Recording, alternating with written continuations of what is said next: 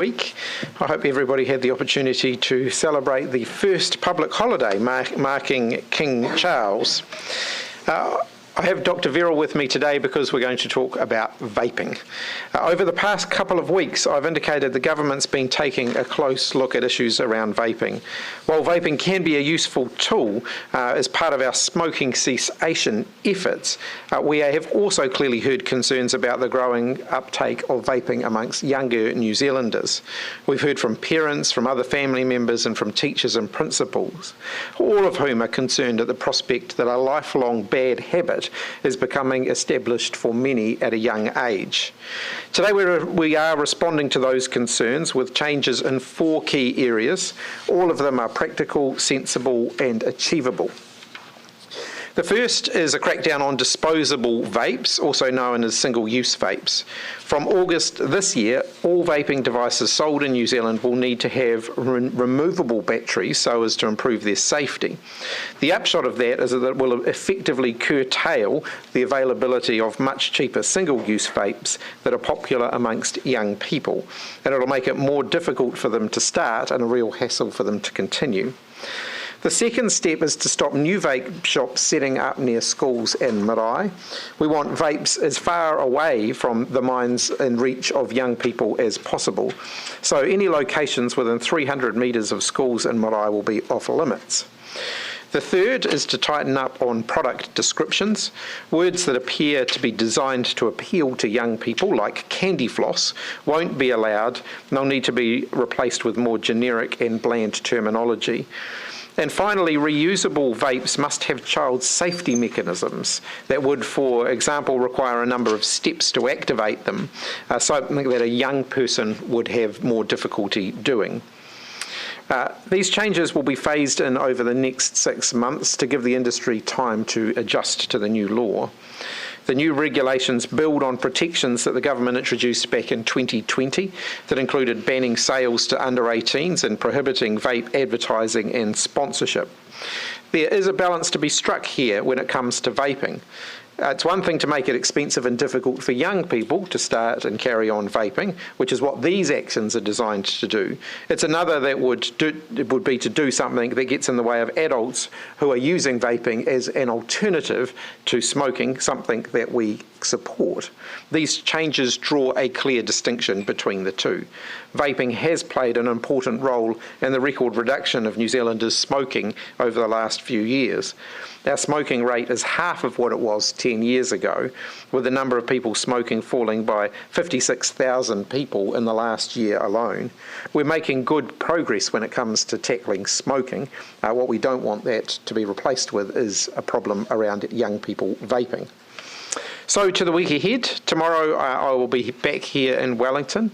I'm looking forward to welcoming the Fiji Prime Minister Rambuka to Wellington for a bilateral, followed by a joint media conference.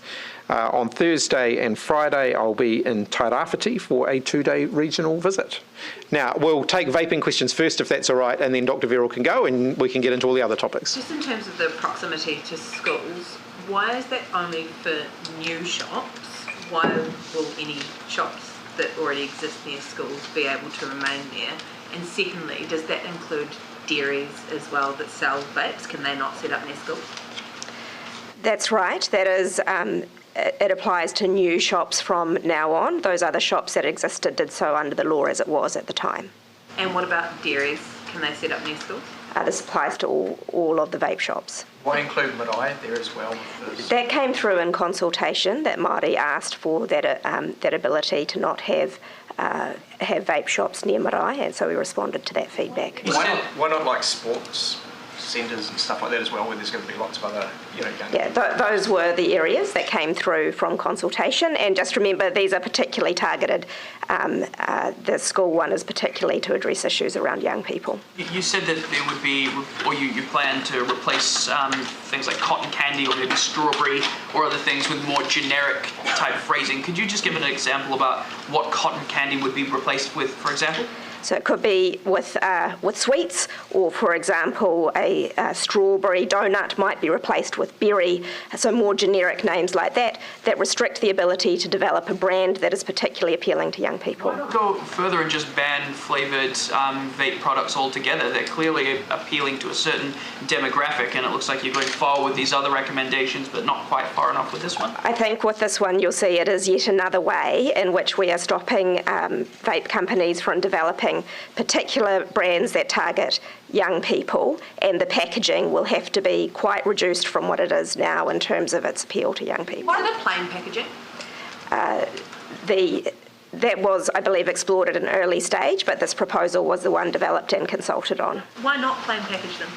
Yeah, I'm aware that has recently been proposed in Australia. I think because there is an acceptance that a range of flavours is more legitimate with vape use than it is with tobacco. Why not? If you identify the 300 perimeter as a risk around schools, why not just ban it altogether and say they have to close down or move outside of that zone? Just to be clear, vaping is banned in schools. Sales of vapes to under 18 has been illegal for some time now. This is an extra measure we are doing in support of that. Why not sort of close down the shops which are already within those parameters? Yeah, so those shops were set up under the law as it was at the time, and we feel it's legitimate that they continue. However, the most impactful thing in terms of restricting sales to younger people in this suite of measures will be the other two proposals around the changes to disposable vapes and changes to the flavours. Because you didn't make the law strong enough in the first place, though? No, it's because of the things that are trying to strike that balance around appeal to young people. Those are the proposals that had the strongest evidence that came through in the advice we received. Why not just make them prescription only? Why not go as far as that? Yeah, we received, I'm aware that that's a proposal being explored in Australia. We received feedback against that from some doctors in New Zealand. But there's also, our laws have to be right for New Zealand. New Zealand has some of the most ambitious tobacco control goals in the world. If we were to put vapes that have a legitimate role for adults quitting behind a barrier, then those people who face the greatest barrier accessing their GP would have the greatest barrier to quitting smoking. The barrier to get the prescription would be the issue. That's right, and we know many people face barriers getting to the general practitioner, and so we've had that in terms of providing a quick tool for people, we've chosen not to put an obstacle in the way. Sorry, what was that specific feedback from doctors that meant that you didn't do that? Yeah, I believe the chair of the Brian Betty, for example, who is the immediate past medical director of the College of General Practitioners, said that recently that putting a prescription requirement would be a step too far in terms of vape control. Sorry, when you marry the vaping changes with the goal that you're trying to reach around smoke-free, how does that work? I mean, once we get to, I can't remember what year it is when we're meant to be smoke-free by, but once we get to that, if there's still a whole chunk of people vaping, have we still technically reached that goal? The Smoke-Free 2025 goal is a tobacco control goal, and let's just remember that 5,000 people a year in New Zealand die from smoking because tobacco is one of the most deadly substances we have. It contains tar, and that's what causes lung cancer. Now, I'm not saying vapes are good for you, but they are far, far less harmful than tobacco. Isn't like the science still kind of out on that? I mean, can you actually say that by 2020, what was it, 5 you said, the smoke-free goal, if you've still got a massive chunk of the population who is vaping, can you honestly say that that's not causing significant health impacts for people?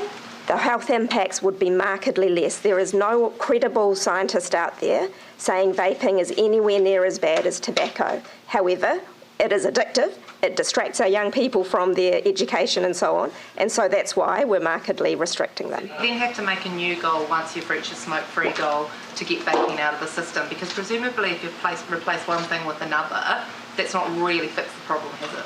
I think there is a need for government to constantly be reviewing its regulations in this area of young people and trends, because as we've seen with vaping, where this change came up really across a period of 18 months, things do change quickly. But, Joe, I can reassure you that the smoke-free goal was set entirely around tobacco because of the particular health impacts of tobacco. And while we do want to make progress on vaping, it is far and away more harmful. Tobacco is far and away more harmful. Are you concerned just on the smoking plan? Are you concerned that you've been too focused on tobacco and the tobacco industry is shifted into a completely different market and we don't have the right controls now? The horse is bolted effectively. You've got thousands of teens addicted to nicotine and your controls won't go far enough in terms of what Australia's done. I think these are incredibly impactful measures, particularly the change on disposable vapes. And you'll notice that we've developed these changes in parallel to many of the changes that we've done with smoke-free because we are capable of developing regulations on two issues well, if you want to, the tobacco industry is incredibly litigious. So we did have to go through a process of developing proposals, consulting on them, and then bringing them out after a proper consideration. It is very hard to stay closely aligned with trends in young people's substance use, but we also have to go through a proper process to make sure our regulations will stick. Minister, the latest ASH survey of Year 10 students found 10% were vaping daily, and it's a higher rate than for adults. What kind of impact will this have on that? Like, do you have is this going to basically stop the increase in young people vaping? Well, we certainly hope it will stop and reverse the increase in young people vaping. I don't believe that ASH survey includes adults, but that rate of 10% daily vaping is too high. That was for Year 10 students, 10% of Year 10 students. That's right. Yeah, and just on the other side too, are you worried about, I guess, removing disposable vapes, which are a lot cheaper than the ones with rechargeable battery packs, less available? Is that going to have an impact on people who are trying to quit smoking, who might need an immediate vape rather than buying a pack of cigarettes? Yeah, if people are trying to quit smoking, they can contact Quitline and other quit support services to get the support that they need. So just going back to the flavour names, how is that going to be regulated? Would there be a ban on certain words like candy, for instance? Just in the same way that packaging on vapes is already regulated under regulation, and then the public health officers are able to check what's on the shelves, and where it's found to be non-compliant, they're able to make orders against those sales. If you want to stop those retail vaping, outlets, are there a bunch of measures here to stop, like for addiction services as well, or? So all people who are addicted to nicotine, whether that's in tobacco or in vapes, are able to access help. That includes through calling the Quitline, which is free. So in Year 10 students to call an 0800 number? Well, I talk to a lot of parents who are able to access that support in that way. There are also face-to-face quit services available. Perfect solution for you? I mean, you're a doctor. Would you have liked to have been more transformational in this space and got rid of vapes much more broadly than where you've landed with this policy? I think the most important thing we can do is get rid of a product that kills half the people who use it, that kills 5,000 New Zealanders a year. Vaping does have harms. We've talked about how it is addictive, but it is nowhere near the harms that smoking cause. So as a doctor, I am extremely comfortable with that. As a doctor, We'll do the last couple of questions on vaping and then we'll move on. As a doctor, are you comfortable with the unknown? You spoke about the health risks before, about how tobacco is terrible, and with vaping it's obviously much better, but there's a huge unknown element, isn't there?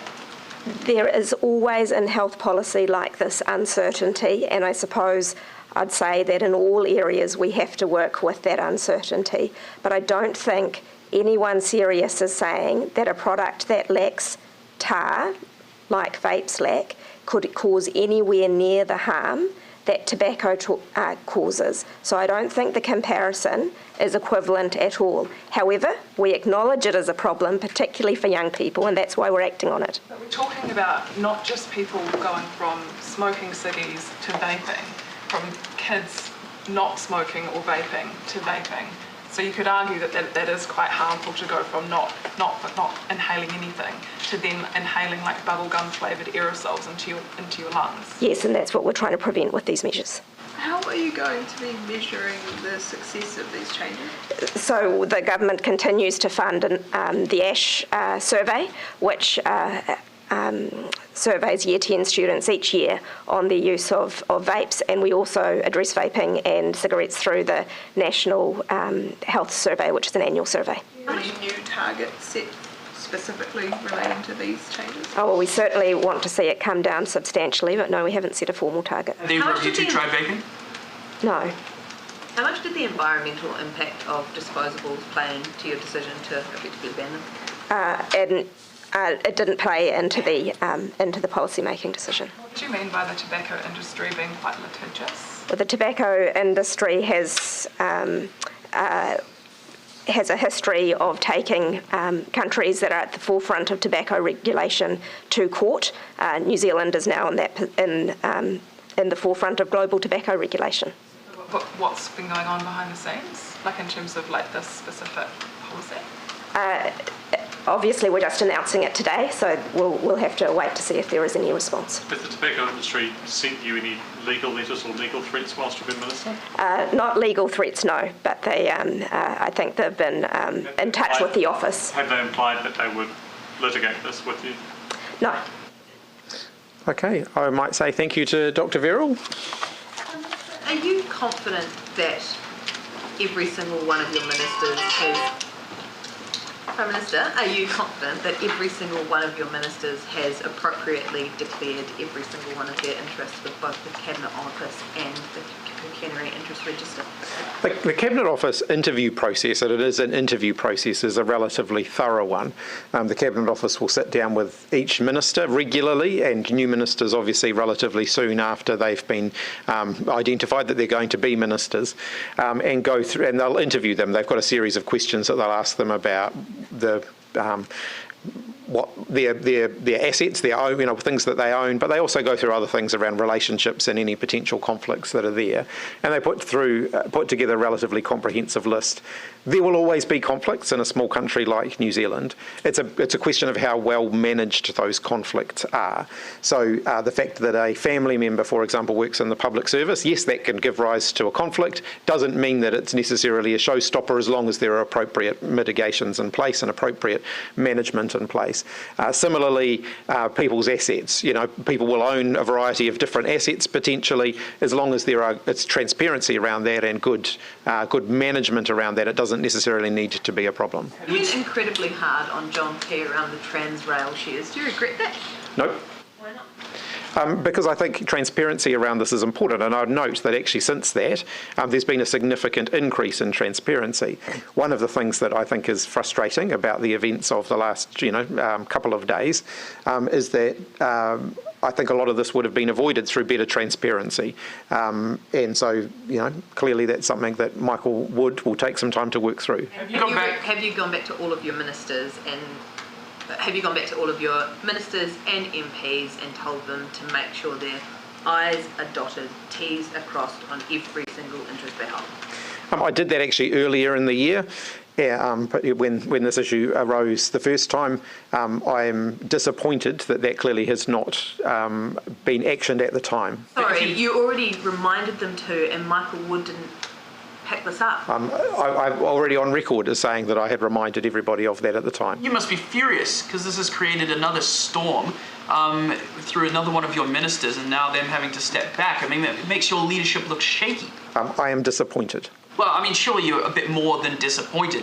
We're talking about this yet again. I'm disappointed, and I've certainly expressed my disappointment to Michael. The opposition in the House today. What have you specifically asked Michael Wood about? He said publicly that he moved to sell his shares, but they didn't get sold for whatever reason. What specifically have you asked him about this? Because it doesn't seem a very difficult thing to do to sell some shares.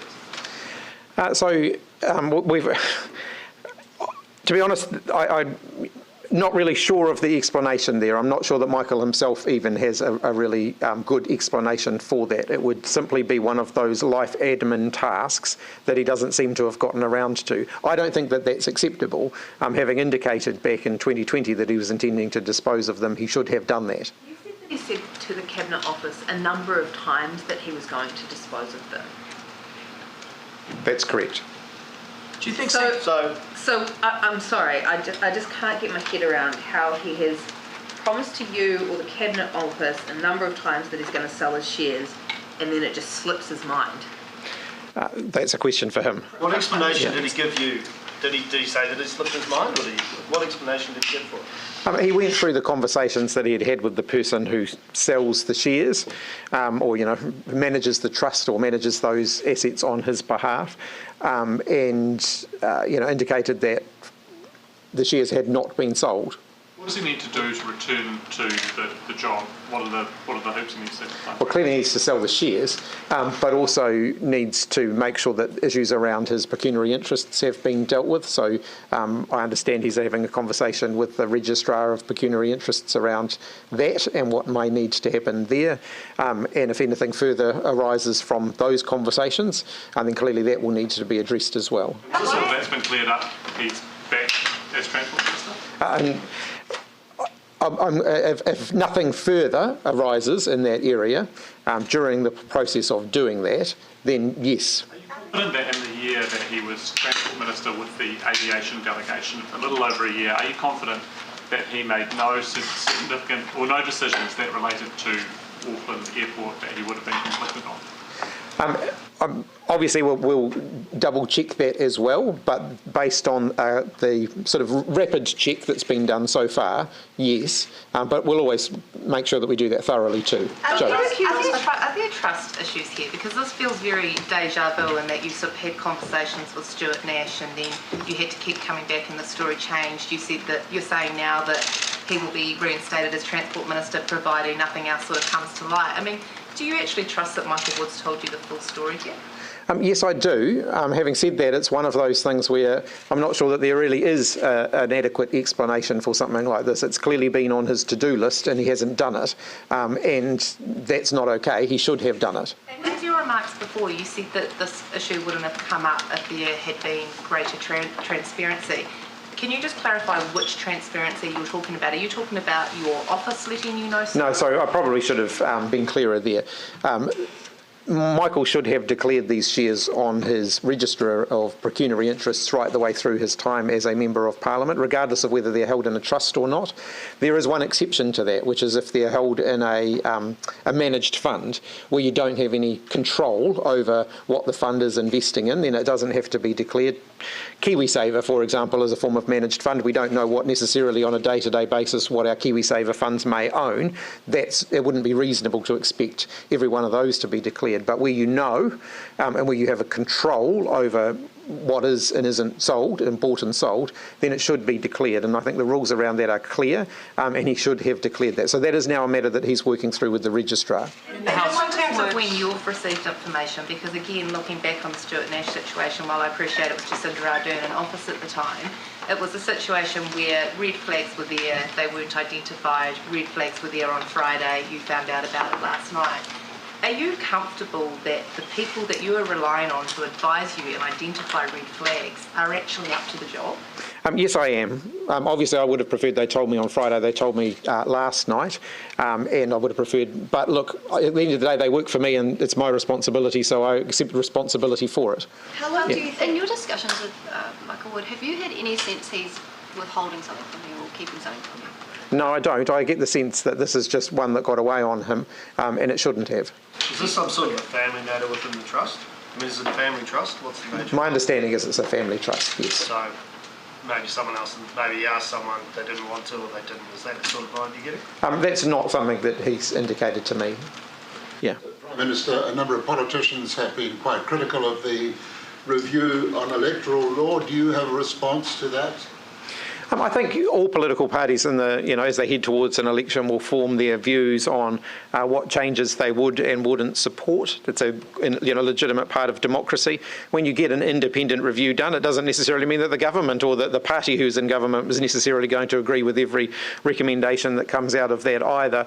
There are proposals out there for public consultation at the moment. The public have an opportunity to have a say on those. There are clearly some where we've already indicated, we think it would be difficult to progress them. The voting age, for example, there isn't a supermajority in the Parliament for that change. I think it's unlikely there'll be a supermajority in the Parliament for that in the foreseeable future. So I'm not sure there's much more point in progressing that or talking further about that. Issues around whether or not there should be a longer term, that ultimately is a matter for New Zealanders, not for the Parliament, in my view.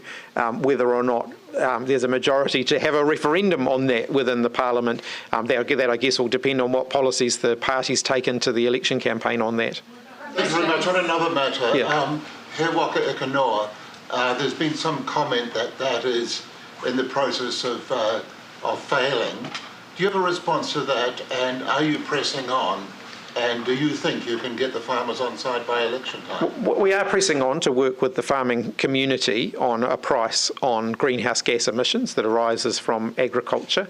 We continue to have good, robust conversations about that. It's always been a very challenging area. Anyone who reads the news coverage of it will know that this is not an uncontroversial area. The position of the government continues to be that we want to work with the sector to find a solution. Is there any possibility of them being put into the ETS before the election, since 2023 was the date by which progress had to be made when this whole thing was first announced? We're not proposing to change the backstop, which would be from the beginning of 2025. We're not proposing to change the backstop provisions that exist in the law at the moment. But of course, there's still plenty of time to run after the election.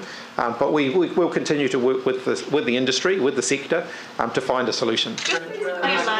Well, lots of questions. We'll come here. There was quite a large increase of people moving to Australia the first 3 months of this year.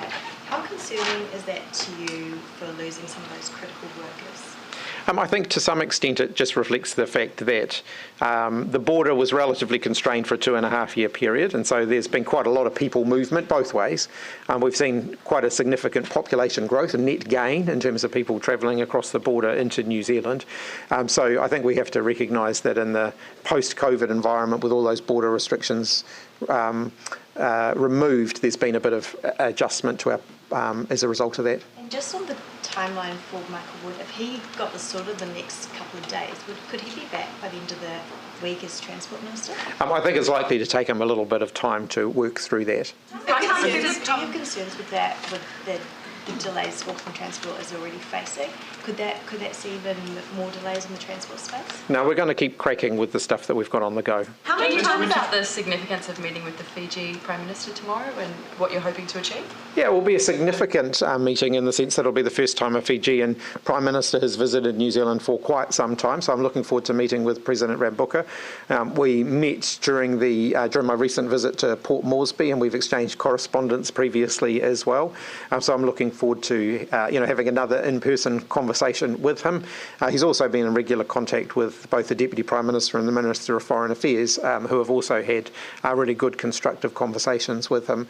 Obviously, the relationship between New Zealand and Fiji is an important one. There's a lot of Fijians living in New Zealand, but there's also a lot of Kiwis who travel regularly to Fiji. We've got an important trading relationship, so it's always a good opportunity for us to talk about that. It's also an opportunity for us to talk about issues relevant to the Pacific.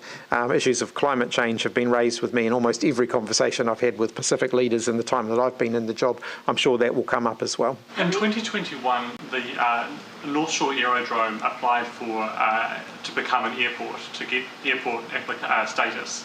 Officials recommended that it get airport status, but Michael Wood decided that it should not be given that status. Should Michael Wood have been making that decision? I'd have to look at that. But if that is correct, should he have been making that decision? With all of these things, I want to verify facts before providing an opinion, which I will do. Would you have to go back and now look at all the decisions that he made as Transport Minister, or at the time where he was the Aviation Minister, and run the rule over them again? I'm not going to go through every decision, but if there's any issues that arise where there may have been a conflict, then yes, I'm happy to look at those. Is $13,000 enough to introduce a conflict? What sort of size decision would you have to make about the airport to profit meaningfully from $13,000? Is that really a conflict of interest? I think context means a lot in these situations. Michael is the Minister of Transport, and so the perception and the potential for a perception of conflict certainly exists there. That was the view of the Cabinet Office, and therefore he should have dealt with that better. Yeah, Mark. Just on the He Waka Ikanoa, James Shaw said on Budget Day that the government would be making its own announcements on the next steps, quote, imminently. Do you have a sense of when that imminent announcement might be coming? In the fullness of time at the appropriate moment. No, I don't have a particular time frame for you right now. And on the subject of meeting with Pacific leaders and discussing climate change, the Climate Change Minister of Vanuatu has criticised the Australian government, saying that their action doesn't match their rhetoric because their budget doesn't give enough money for climate action and focuses too much on subsidising fossil fuels. Have you heard those sorts of complaints about New Zealand from in your meetings with Pacific leaders about our rhetoric not matching up with our actions? No, it's certainly not been raised with me. The feedback that I've had has mostly been around New Zealand's support to the Pacific in terms of the mitigations that they are putting in place rather than any specific discussions around New Zealand's mitigations. The Minister, Yeah, I'll go back. in his question about the brain drain, Yeah. I mean, doesn't that make you uncomfortable in any way that we've got this increase in people heading to Australia? Oh, I mean, look, I'd much prefer Kiwis stayed home and continued to, live, work, contribute to New Zealand. For a variety of reasons, people will make decisions about relocating across the Tasman, including, in many cases, family reunification. And some of those families were separated for a prolonged period of time as a result of COVID-19 restrictions. Is it good enough, though, that we sort of just swap our, local young people really for ones from overseas? It's not just local young people. Smaller Kiwi businesses, for example, will often, in some cases, use Australia as a scaling up destination.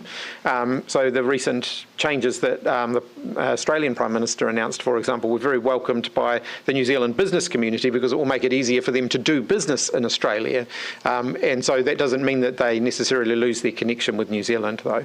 How many times did the Cabinet Office ask Michael Wood about whether he'd divested those shares? There are regular, probably somewhere around about half a dozen. Times. I'd have to go back and count them, but it would be in that kind of range. Yeah. Well, wouldn't you get to 4 or 5 and just say, hang on a second, just what's going on here? Look, as I've indicated, I don't have Michael hasn't really got an explanation for why he hadn't disposed of the shares. Did he recuse himself from the decision-making around extending Air New Zealand's loan? That's actually a different issue. So the issue around Air New Zealand's loan, I wouldn't think would be in any way influenced by his shares in an airport company. What company uses the Auckland airport the most? I think that's a bit of a long bow to draw. Yeah. Joe. 6 times over what time period was the 6 times? Since 2020. And each time... End of 2020. You just say, this is personal admin that he just didn't get round to it. Do you think you're underplaying this a little bit? Look, as I've indicated, I'm frustrated. I think he should have dealt with it long before now. Do you think if Air New Zealand collapsed, Auckland Airport would be fine? What was that? Do you think if Air New Zealand collapsed, Auckland Airport would be unaffected? It's a hypothetical question. No, it's not a hypothetical question, because if he's making decisions around keeping Air New Zealand afloat while he's holding shares in the airport, then that's a really material question. There's absolutely no suggestion that his minor shareholding in Auckland Airport played any bearing on any decisions, which of course were cabinet decisions around Air New Zealand. Should he have recused himself? I'd have to go back and check whether he did or not. Have you been invited to visit Ukraine? Yes.